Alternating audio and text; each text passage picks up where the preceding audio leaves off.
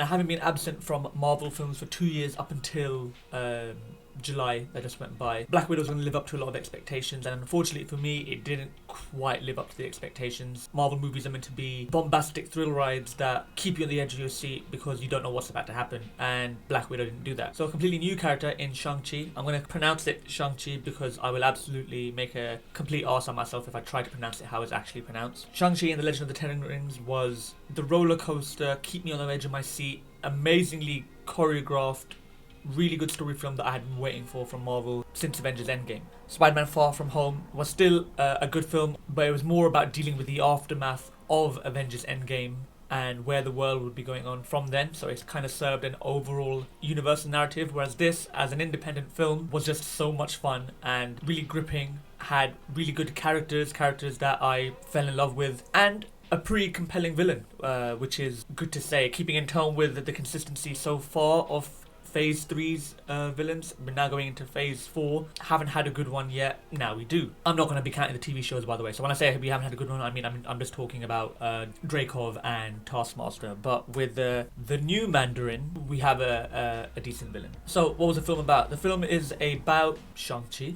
He was living as a valet in America, having run away from his home where he was raised by his mother and father, who is then thrust back into the life of his father's organization, the Ten Rings, when they steal a pendant left to him by his mother. His mother at this point has died. It wasn't revealed at this point how she had died, but it does come into prominence later on. We learned that at the beginning of the film that his father, Wenwu, who is the canonical actual Mandarin of the MCU, has lived for 1,000 years, who is granted immortality and superpowers by 10 mysterious rings that basically fit over his hands, which look pretty cool if you ask me. After a life of seeking power and seeking fortune, he is persuaded into a normal life, a life of just having a wife and kids, by Yingli, who is Shang-Chi's mother. And essentially they live happily, even having 2 kids, Shang-Chi and his sister. I'm going to get this absolutely wrong. I believe it's pronounced Xu Shai Ling. I think that's how it's pronounced. God's sake. But there's an immediate flash forward towards the beginning of Shang-Chi's adulthood arc, where he's now living in America. We don't really know why. He's attacked by members of the Ten Rings and brought back to his father's organization after meeting up with his sister, who is now estranged from him. And Wenwu reveals that he has found a way to bring his wife back from the dead. He believes that she is imprisoned in her old village and that the villagers are refusing to let her out. So he plans to destroy the village in order to let her out. Shang-Chi, obviously not believing any of this to be true, wants to protect the village and ends up escaping with his sister from his father's organization to protect the village, because in Wenwu's attempt to bring Yingli back from the prison that she's being held in, or what he believes that she's being held in, he will actually release a creature that feeds off of the souls of humans. We get a glimpse into the otherworldly dimensional beings of the Marvel Cinematic Universe. You know, we've already had Dormammu from the Dark Dimension, but he's more of like a godlike being. The film ends with Shang-Chi, his friend Katie, his sister Xu Xialing. That's her name. I keep getting it wrong. Xu Xialing, and they fight the Ten Rings in order to stop this monster from being released. Wenwu then releases like the Giga monster, like the huge one, which kills him, but not before he gives the Ten Rings to Shang-Chi, which he then uses to kill the monster. From a narrative perspective, you can tell that I've dumbed down the plot a lot. Like I've made things seem a little bit less intense than they actually are, but that's only because the impact of each sequence is sold through the narrative between this family, Shang-Chi's family, not just the relationship between Shang-Chi and his dad, who's the villain, but also between him and his sister, and how much the loss of Yingli has impacted all 3 of those people. The idea of a husband who becomes a villain because he's doing anything to get his wife back, it's not new. It was done in Spider-Man Into the Spider-Verse, one of the greatest comic book movies, one of the greatest movies period of all time. The idea has already been explored. The only thing different between that story and this story is that there's a bit of a redeeming quality to the villain, in that he decides to let go of his need to get his wife back at the end and instead focus on helping his son survive, which he does in his dying moments, which doesn't happen in Into the Spider-Verse. That villain's ultimately too far gone, whereas this villain, Wenwu, kind of redeems himself at the end, which ultimately makes for a more compelling villain, because it shows that you remove one aspect or you add one aspect to a character and it can flip him from being a potentially heroic character to a villainous character. Once he was able to let go of the fact that his wife couldn't come back, he was the dad who would help his children overcome the actual monster at the end. There's a series of flashbacks as well throughout the film, with the idea that after Ying Li had died, Wenwu wanted to get revenge upon the person who killed his wife, which is how she died. She was killed by some people that Wenwu himself had wronged. His history of stealing other people's fortunes and harnessing power obviously rubs a lot of people the wrong way, and they intend to kill him, but instead they end up killing his wife. So ultimately it's Wenwu's own actions that lead to the death of his wife, and him, filled with so much grief, starts blaming anything and everyone, including his children, who stood there and watched his mother die, who were children at the time. They weren't nowhere near ready to protect their mother while Wenwu was out, being obsessed with his 10 rings. His wife was caught in the crossfire. Shang-Chi as a child is asked by his dad, will he help him get revenge for his mother, to which he agrees, which then leads to a life of intense training within the 10 Rings organization, not just for him but also for his sister. As they are trained, they realize what they've gotten themselves into and how they don't want to be doing what they're doing. They both end up running away from home at different points in their lives. They become estranged from each other because Xialing is upset he left a couple of years prior to when she left, and they both took very, very different routes into what they did. Shang-Chi led a very, very ordinary, normal life in America, while Xialing became the owner of an underground fight ring. So she had her own empire, where Shang-Chi just basically had the exact opposite life of what he had been living under his dad. I left the windows open that entire time. Could you guys hear cars outside? The film deals a lot with the issue of identity. He's an Asian man being raised in America, and he's still trying to find himself. He's been brought up his whole life being trained as an assassin to go out and find the people who killed his mother, but when he steps away from that task, who is he? He doesn't know. And then once he's thrust back into the life that he had lived growing up, he realizes that he has the capability to be a protector. It's less about him trying to hide for the benefit of himself, but really for the ones that he cares about. He wants to come back out into the limelight, protect his sister, and protect this village that's done nothing wrong. So it's not the most original narrative, but it was told very, very well in a captivating manner, with a culture and history that I personally haven't seen in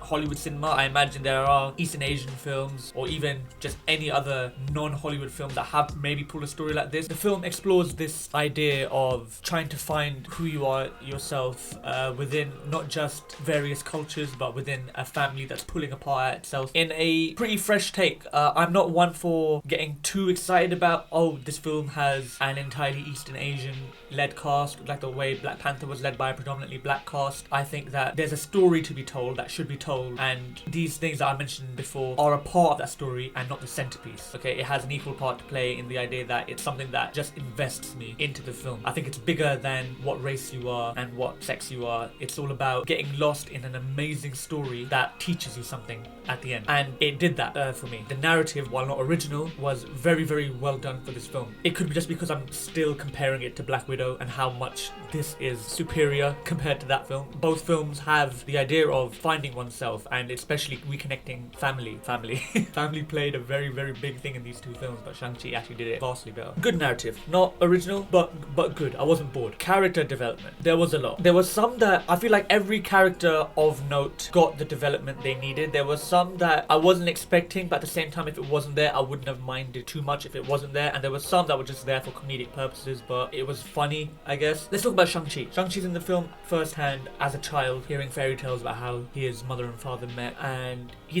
seems to have raised as a very dreamy-eyed child. The idea that there's this magic around him, but then it cuts to him waking up as an adult in America with a run-of-the-mill job, just living his day. He seems to have moved on from whatever that daydreaming child was. You then learn that after Ying Li had died, he had been trained as one of the best assassins probably the best assassin in the world. I think, but if the words are correct, I remember his dad taught him every way to possibly kill a man. So the film starts off with him as a child, daydreaming, wondering what he could be. Then probably as an adult, not knowing what he is right there. And then it ends with him protecting his mother's village from his father's forces, and he realizes that he is a combination of the good and the bad of his parents. The goodness in his mother, the idea of doing what it takes to protect your family, just like she had protected her kids from being attacked by her killers. But then there's also the remorseless side of his dad, where he would kill his dad if it meant protecting that village, because it's what his dad had trained him to do. His dad had trained him to kill. His dad was going to kill a bunch of innocent people, and he wasn't going to let him do that. And he's almost ashamed of that, because it's revealed that, as per his father's command, does kill his mother's killer. It was after Shang-Chi had killed his mother's killer. It was at that point that he ran away. But he believes that his mother would be upset with the man that he is today. So he's clearly ashamed of that aspect. While he has his good good aspects, he's ashamed of certain aspects because he knows that he's not perfect. So the character of Shang-Chi really teaches a lesson in the idea that you're going to have good parts to yourself that you might not necessarily be proud of. Like, you're not going to show them off, but you know they're good qualities and you know that it makes you a better son and a better friend, a better brother. But then there's also aspects of yourself that you call upon when you feel like you need them, but you are definitely not proud of them. But it comes down to whether you do it in the name of the right thing or not. You do the dirty work, and hopefully the result that comes of it outweighs the guilt from performing that action. Shang-Chi at the end has basically got in his mind that I'm gonna have to kill my dad if it means saving this village, and he definitely still loves his dad. The idea that his dad's just a hateable character is not the case at all here. He's so misguided that Shang-Chi just wants to bring him back to the lighter side. He doesn't want him to go down that dark path. It was too late before his dad had realized what had gone wrong. Now we'll talk about Wenwu, the Mandarin, who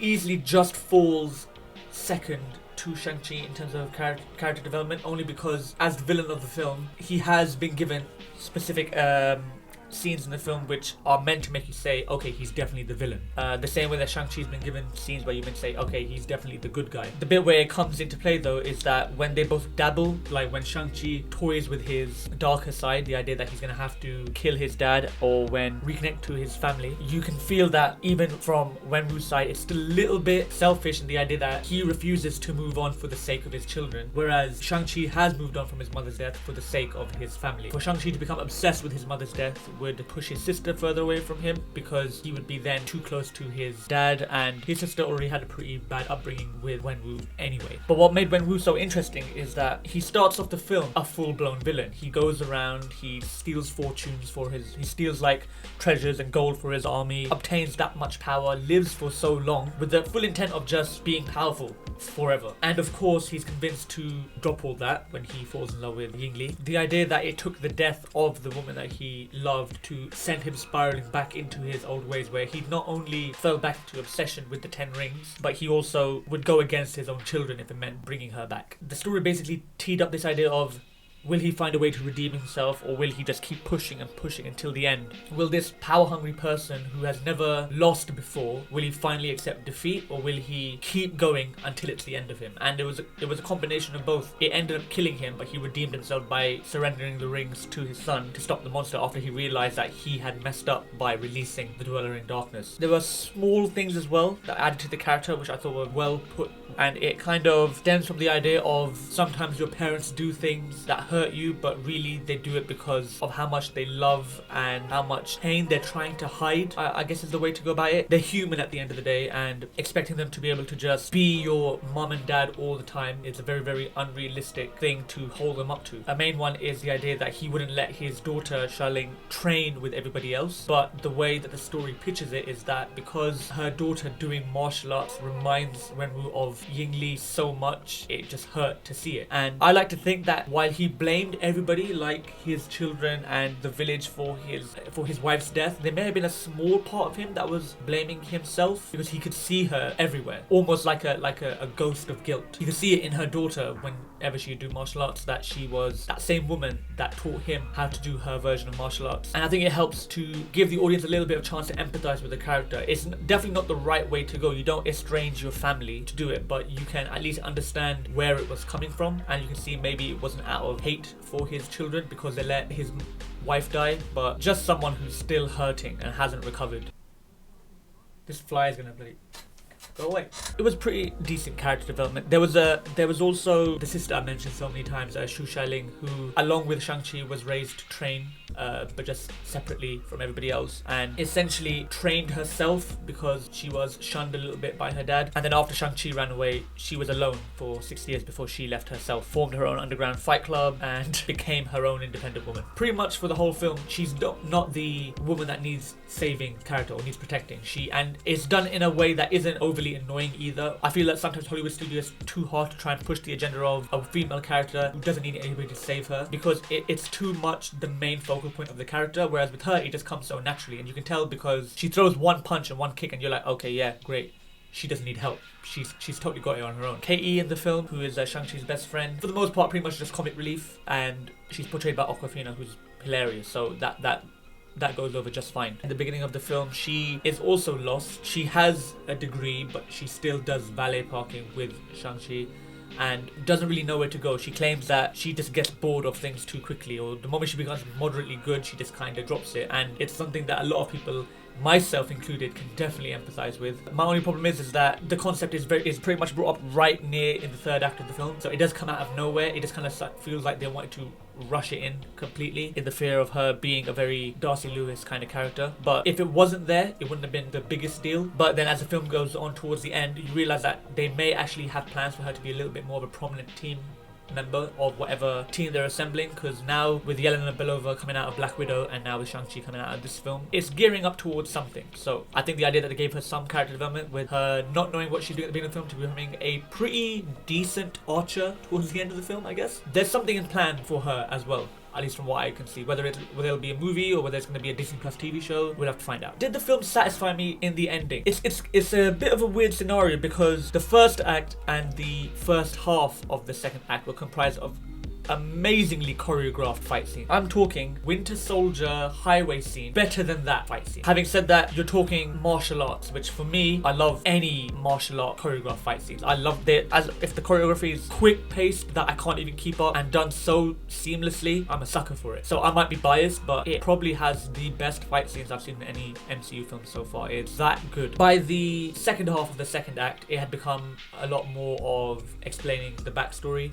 So the pacing dropped a little bit towards the second half of the second act, because it was less action and more about when we were explaining stuff about how they can maybe bring Yingli back. And then the third act, which had water dragons and giant squiddy tentacle monsters flying around the sky fighting each other. It was a very CGI heavy third act. So less about the actual choreography and more about like fighting with the rings and fighting with like the mystical element of martial arts as opposed to the actual physical combat. So for me, like, the enjoyable parts of the films were definitely, they were very well choreographed, because I have mad respect for how well the fight scenes were choreographed, but it was more about the CGI towards the end of the film. Which, not to say it was bad, I watched it in IMAX and it looked absolutely amazing. But obviously I'm biased, I prefer the actual grounded nature of the fighting as opposed to the mystical element. The mystical element looks good, but the amount of actual physical work that goes into those fight scenes, it astounds me. So satisfying to the idea that the story was paid off well when Wu redeeming herself, Shang-Chi ultimately defeating the villain, which we all know in the origin story was going to happen with probably very little loss as well. There wasn't a lot of major characters that died in this film outside of both Shang-Chi's parents, which happened obviously at separate ends of the film, and some small characters that had some lines, but the deaths were ultimately meant to just be like motivation for the characters, and not like the characters' story themselves coming full circle or whatever. So it was a decent ending, and it was meant to feel really personal, with the idea that Shang-Chi just was trying to get the rings away from his dad. His dad was so obsessed with the rings that he just had to pull them away. 4 out of 5. Yeah, 4 out of 5. Not going to say it's a perfect film, because it's not an original concept, first of all. While I like comedy in my serious action-y type films, I'm not the biggest fan of characters that are there purely for comic relief. They're kind of a mixed bag to me. I know that I definitely find like Awkwafina in this film funny. I definitely found Michael Pena in the Ant-Man films funny. But I like the idea that the comedy is done throughout the narrative of the film as opposed to a character that embodies it. It's why films like Captain America the Winter Soldier don't have characters that are just comedy characters. It has a little bit of sass to some of the characters. Black Widow drops a joke sometimes, or Falcon drops a joke sometimes, but it's done through what the character already is, as opposed to them just being funny people. It's the only kind of thing that pulls the film down a bit for me, because I feel like it's a trope that's overly done, and it doesn't need to be, because the writing is already really good. Very small, I'm not gonna lie, they're very small things and incredibly hard to pull off. But mate, my scale, you got a Psychopath 4 out of 5. Mate, you should be proud of yourself. Mate, I want to just like,